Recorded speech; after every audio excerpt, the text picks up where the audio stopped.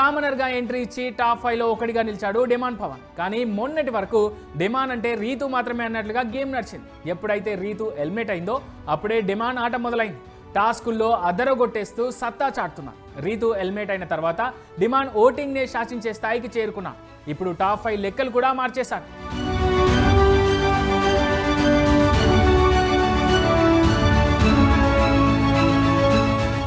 ప్రస్తుతం big boss title రేస్లో కళ్యాణ్ తనుజ పోటాపోటీగా దూసుకుపోతున్నారు. ఇక ఇమాన్యుయల్ 3వ స్థానానికి పరిమితం కాగా డేమాన్ సంజన 4-5 స్థానాల్లో ఉన్నారు. అయితే ఆఖరి రోజు మాత్రం డిమాండ్ దెబ్బకు ఓటింగ్ లెక్కలు మారిపోయాయి. 4వ స్థానంలో ఉన్న డిమాండ్ పవన్ చివరి రోజు మాత్రం 3వ స్థానానికి దూసుకొచ్చాడు. తొలి 4 రోజుల ఓటింగ్ ప్రకారం కళ్యాణ్ టాప్లో ఉంటే తనుజ 2వ స్థానంలో ఉంది. అలాగే 3వ స్థానంలో ఇమాన్యుయల్ ఉండగా ఇప్పుడు ఆ స్థానంలోకి డిమాండ్ పవన్ వచ్చి చేరాడు.